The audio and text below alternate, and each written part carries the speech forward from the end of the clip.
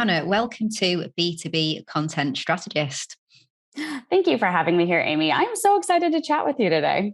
I know I've been really looking forward to this, very, very excited. So it's going to be a fantastic conversation. So to kick things off, obviously we know each other well, but please could you tell our wonderful listeners about your role and a few sentences about what Convince and Convert does as well? Yeah, I would love to. So I am with Convince and Convert. We are a digital marketing consultancy. We are based out of the US, but we work across the US. We work around the world.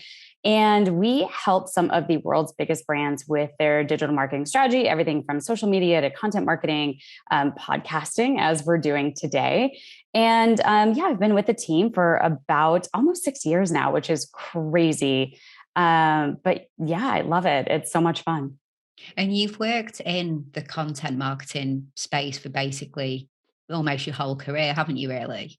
Yeah, I started off as a traditional copywriter for branding and like writing billboards and radio ads. And, as my agencies started to pick up on web work, I kind of got a little tired of being handed designs that had lorem ipsum. And I was like, there has to be a better way to do content. So got into content strategy, but then also at the same time, social media was really coming up and people were like, hey, these blog things could maybe be a business opportunity. So just started taking on all of the digital content as well, until I fully just went into digital content full time.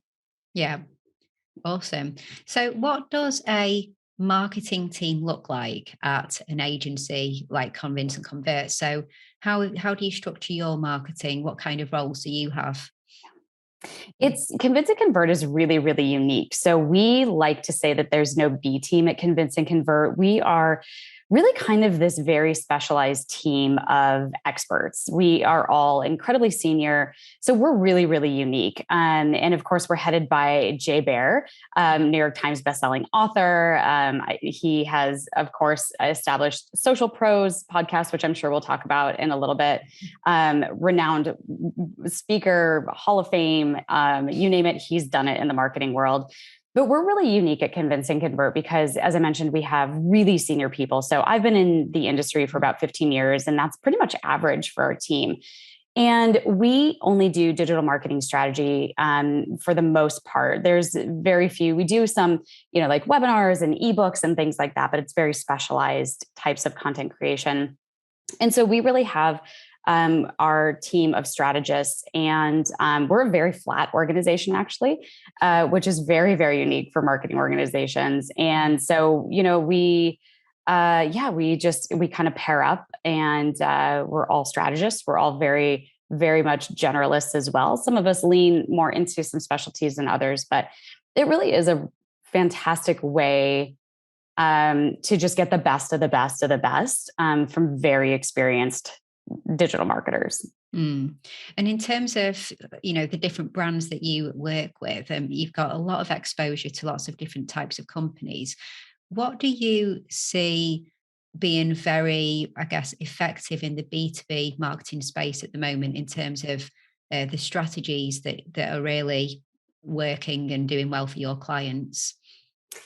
It's funny, the more that I work in this industry, the more things still kind of stay the same sometimes. So we are still seeing a ton of content marketing and a ton of just utility-based content, which is, of course, Jay Baer, utility classic, helping, not selling.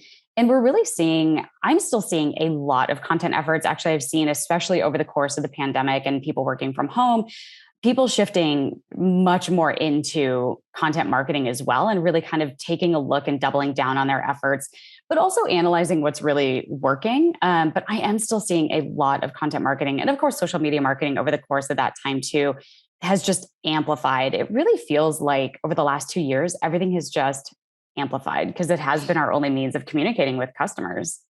And did you find that there were certain barriers that some organizations had that suddenly realized, right, there's a big content play here because all the traditional means of maybe interacting with our customers have changed now.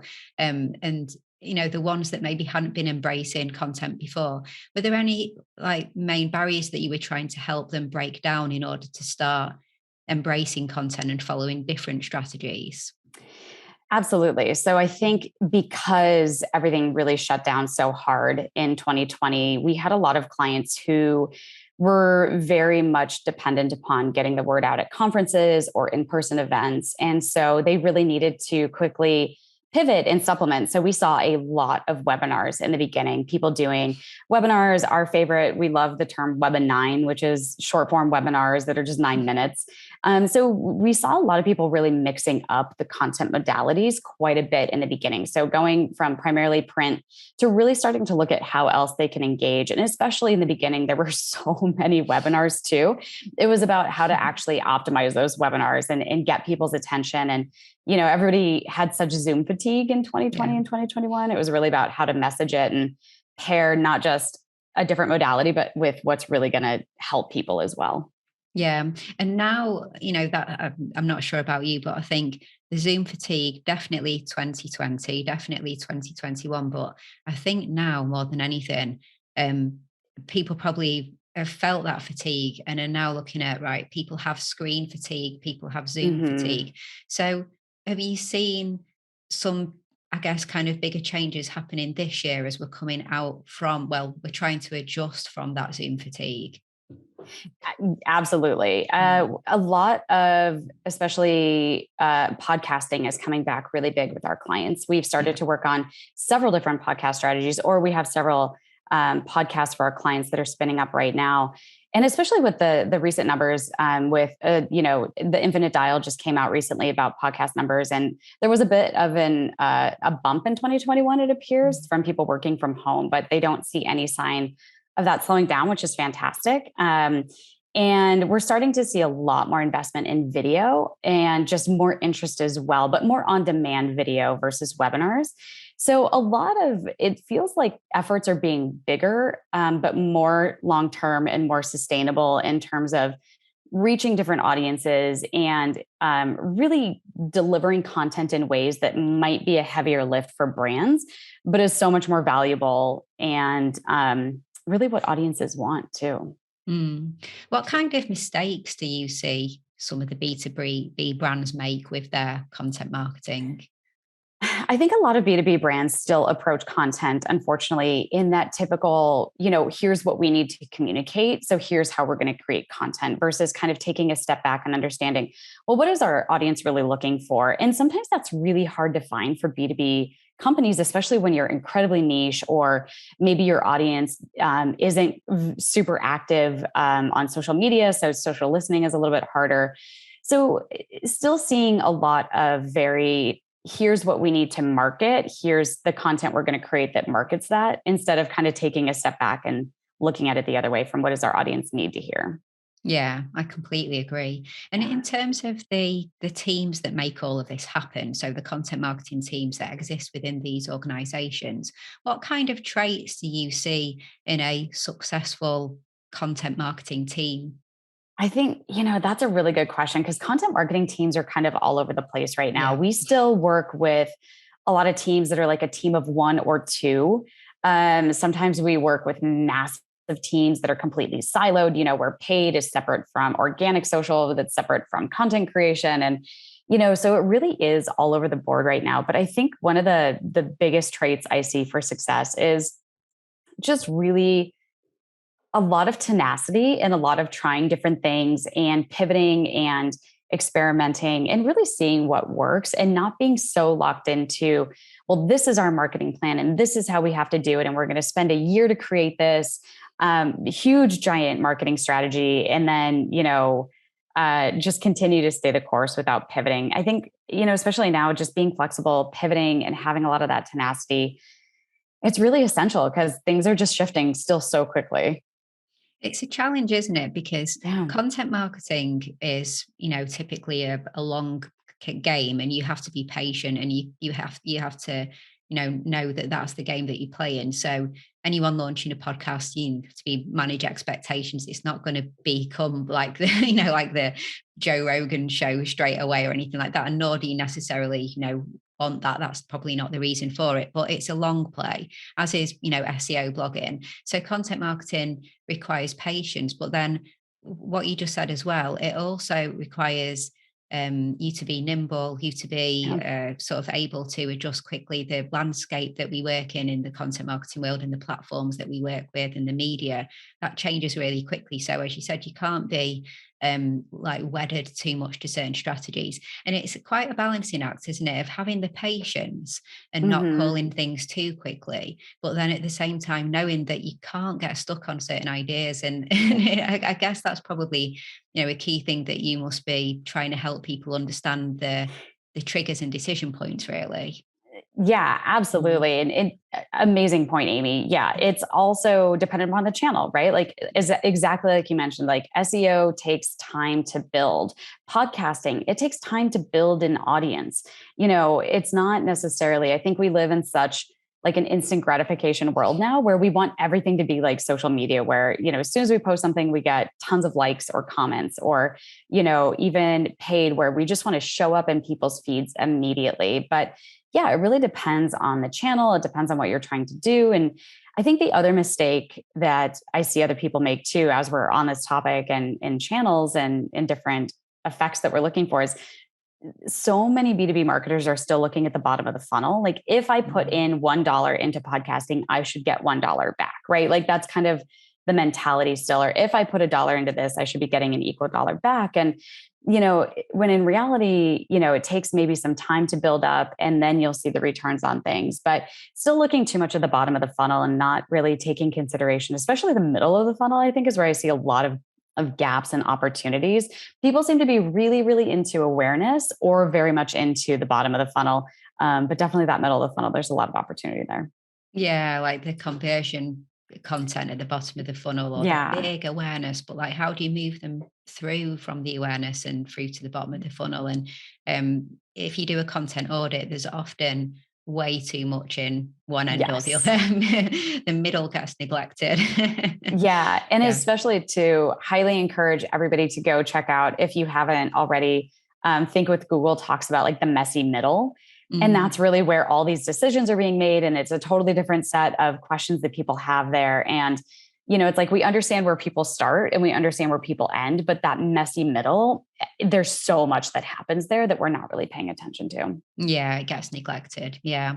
In terms of the different content formats that you mentioned, obviously you're working with a lot of video format and podcast as well. So when you are like helping to implement and recommend podcasts, are you typically recommending video first, video-led podcasts?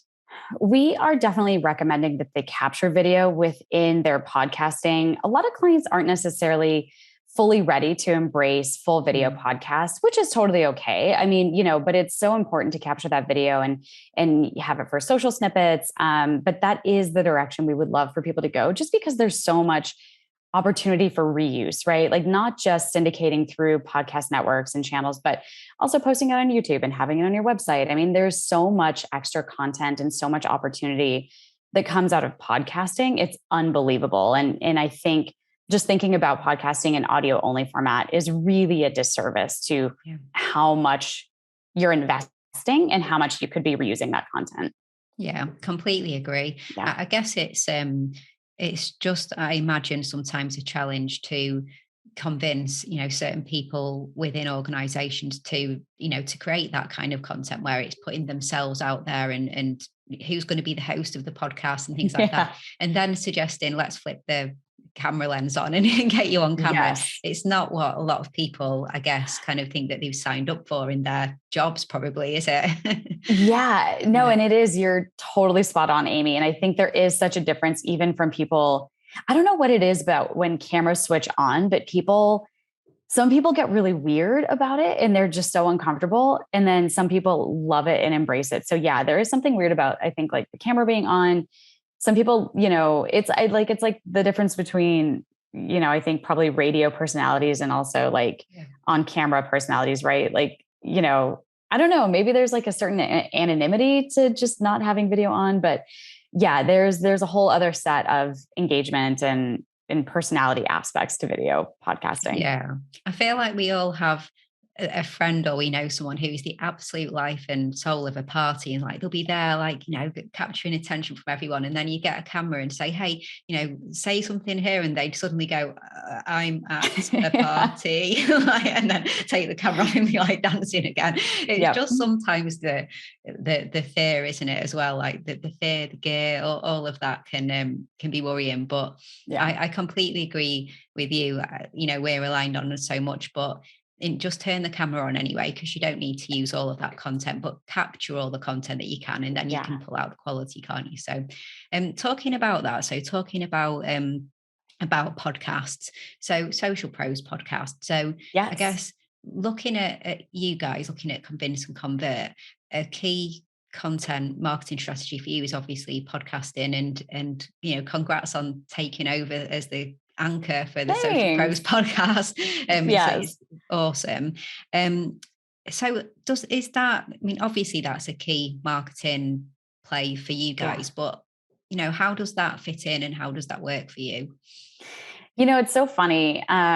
We've actually kind of talked about this recently, but Social Pros was originally started by Jay over 10 years ago. I mean, we have 520 episodes now, I think. Like it's somewhere up there, and which is insane. Like, I think the last count we have more episodes than Law and Order, which is just insane because that show's been on forever as well. Yeah, it's nuts. Like, we pulled all these stats for it for the 500th episode, and it was just crazy to see how far it's come and just how long it's lasted. But for 10 years, originally Jay just started it because nobody was really talking to social media professionals, and he just wanted to give everybody a space. So it really started as just like kind of this altruistic project from Jay, and a couple of other people that were involved, a couple of other co-hosts. And it's just kind of evolved over the years. And so we really do just still see it as like a pure utility play, where it's just there to bring information and help people get better and talk to these experts. And so it's not even necessarily, and I feel weird saying this, but it's not even necessarily like a core part of our like funnel process. We really just put it out there so that we talk to these amazing Social Pros guests. And the whole goal is to give knowledge to other Social Pros listeners. And it really is almost like even above awareness in our funnel. Like, it's like it's pure altruism. Yeah. And I love how niche it is. I mean, it's not just our social media podcast, is it? It's very specifically aimed at people, within certain roles, within certain sized organizations that work in social media, which is, something that I think is really important in this time with so many podcasts to stick to that niche as well. So and we really try to get, in terms of the niche, we do lean a little bit more B2B in terms of our conversations. But also we make sure we talk to people who are actually doing the work, or have a history of doing the work. So we don't necessarily bring in, CMOs necessarily, unless they're like really in it with their team. So yeah, it's talking about in the trench work, isn't it? Actually doing the work and what's working, which is really good. So in terms of it's not kind of, as you said, it's kind of almost above the top of the funnel. What are the key marketing strategies that you rely on at Convince and Convert to find your clients? We do a lot of referrals. We really, really love referrals. And, we are genuinely all about the relationships with our clients. We have so many long-term clients. It's insane. Like, especially prior to Convince and Convert 6 years ago, I'd spent my life at ad agencies.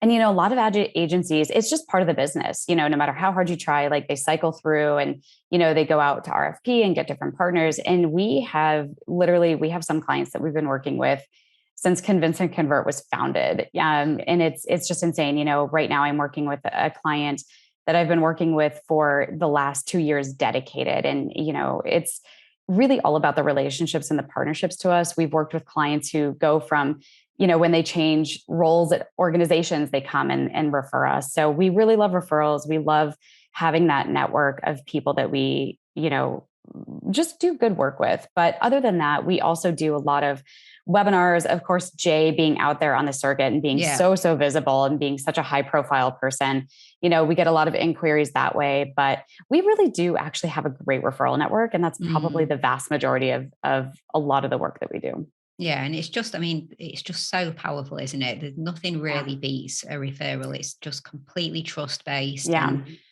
you can't beat it.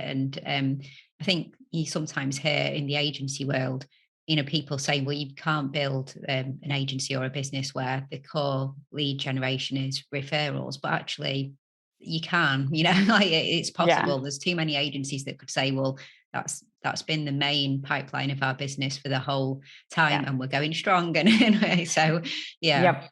Yeah. And also too, if you take a look at convinceandconvert.com and any of our team members, there's so many of us that are also speakers. So obviously I'm on Social Pros, I'm a speaker. Zanti, our head of consulting, is a speaker. I mean, so many people are so visible, and we really do make it all about our people. So even like, the CNC team members refer people in, and, we make it all about the people, not necessarily like the consultancy. Yeah. That's what people buy, isn't it? That, people are buying expertise. So it's all about the experts. Yeah, makes sense. Okay. So here's some quick fire questions for you. Ooh, okay. No pressure. No pressure at all. No, not at all. So what's one takeaway tip that you would give to other content marketers looking to just optimize content output? Ooh, take a pause on new content and look at what you have right now, because there is so much opportunity to reuse and repurpose content. I'm a massive fan. Of course, at Convince to Convert, we talk about content atomization all the time. It's a core part of what Jay talks about all the time, but it really is, you have so much content you don't even necessarily realize in the archives that's still good. Yeah. Pause on the content machine and look at what's actually there. Yeah. Makes sense. What would you say is a typically overlooked or maybe undervalued tool that you would recommend content marketers like yourself should take a look at, check out? Social listening and audience insights tools. Absolutely. Just a variety of them and different sources. We're massive fans of SparkToro. And of course we use Meltwater, but listen, uncover insights, tools. Yep. Yeah. We like SparkToro as well. I had Rand Fishkin on the Content 10X podcast, and he's great. He's great. Yeah. If we were kind of dabbling with it before, when speaking to Rand and just hearing even more, his ideas on the different ways you can use it and things like that.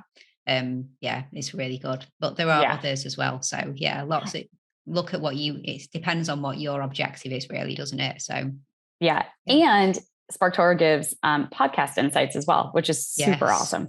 Yeah. And that's quite unusual as well, because a lot of the other tools don't actually do that. So now, if you could create just any kind of content for let's say for Convince and Convert, or when you're working on a strategic partnership with another client, and there's just sky's the limit, really. So you could be talking about a billboard in Times Square, a primetime TV show, anything really. What would be your kind of dream like content project that you could bring together? Oh, that is so awesome. You know what? I feel like dream content project. I don't know. That's a good question. That's a really good question. I would say honestly, anything that really helps people, and not that we don't, but I mean, it's at the end of the day, knowing how that helps connect to people is really awesome. And obviously everything we do helps somebody at some point, but I think, sometimes we do create strategies and they get implemented, but we don't get to see necessarily the full results of it. And so I think something where I could see it from like end to end and see how it all completely comes together would be awesome. Because sometimes, like the strategies we work with our clients and our partners, and they go and they implement it internally. So we don't always get to see like the full big reveal in the results. And I think something where I could see it like end to end would be amazing. Yeah, I agree. Like tracing back to my like content 10x management consultancy days. Yeah. I completely relate to that. You can get really involved in the strategy and start on the implementation, but you're not always around for the full end to end, are you? And Yes. it's always awesome when you can just have that full 360 Yeah. experience. So yeah, I like that. So on B2B content strategists, we speak to true leaders in the B2B content world, particularly actually the tech world as well. So is there anyone that jumps out to you as somebody that we should be speaking to, a real leader in content B2B world?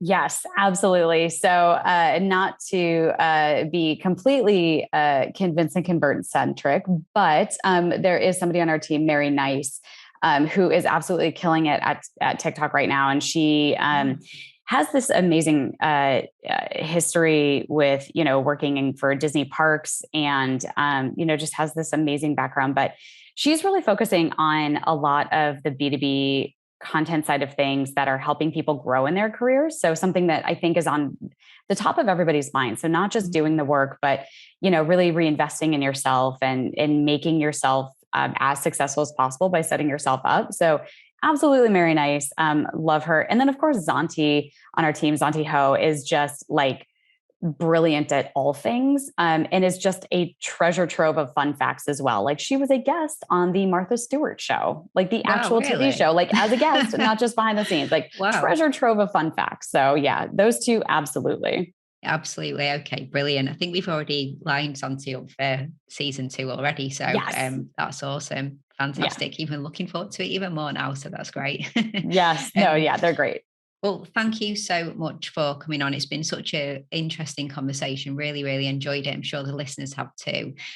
Where would you like people to go if they would like to reach out, connect with you? Yeah, please convinceandconvert.com. We have a form. You can even get a free consultation with any one of our strategists, including myself. You can follow me on all things social. I'm much more of like a social creeper, though. Like I'll upvote everything and like all of your posts, but definitely need to be a little bit more active in some ways. But yeah, LinkedIn is always great. Anna Hrach. Yeah. Yeah. And also, of course, check out Social Pros podcast if you aren't listening to that already. Absolutely. If you listen to this, then you are going to really enjoy Social Pros podcast as well. So be sure to check that out. And I'll make sure to have all the links to everything in the podcast show notes. So Anna, thank you so much. It's been an awesome conversation. So thanks for coming on. Thank you for having me. It was so great to chat with you and talk about all the amazing B2B content things this morning. No, it's been great. Thank you. Have a nice rest of your day. Thanks, you too.